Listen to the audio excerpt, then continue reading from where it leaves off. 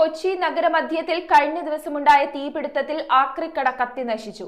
പുല്ലേപ്പടി മേൽപ്പാലത്തിന് താഴെയുള്ള മാധ്യമം ദിനപത്രത്തിന്റെ ഓഫീസിന് എതിർവശത്തുള്ള ആക്രിക്കടയിലാണ് തീപിടുത്തമുണ്ടായത്.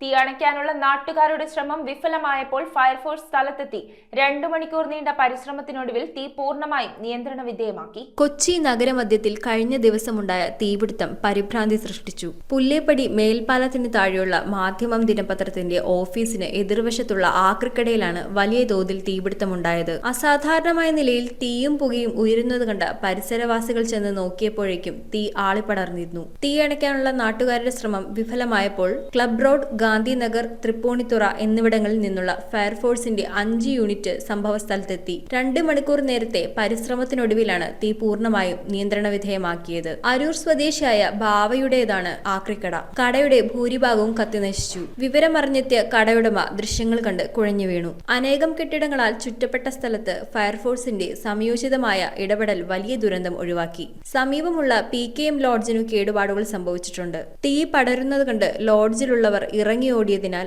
ആളപായമില്ല. തീപിടുത്തത്തിന്റെ കാരണം വ്യക്തമല്ല. ആക്രി സാധനങ്ങൾ അലക്ഷ്യമായി കൂട്ടിയിട്ടിരിക്കുന്നതാണ് തീപിടുത്തത്തിന് കാരണമെന്ന് നാട്ടുകാർ ആരോപിച്ചു. News bureau, Kochi. In every curious question, we see a scientist. In every step they take, we see a champion. We don't just care for children. We nurture who they are becoming. Sanford Preschool, where learning begins.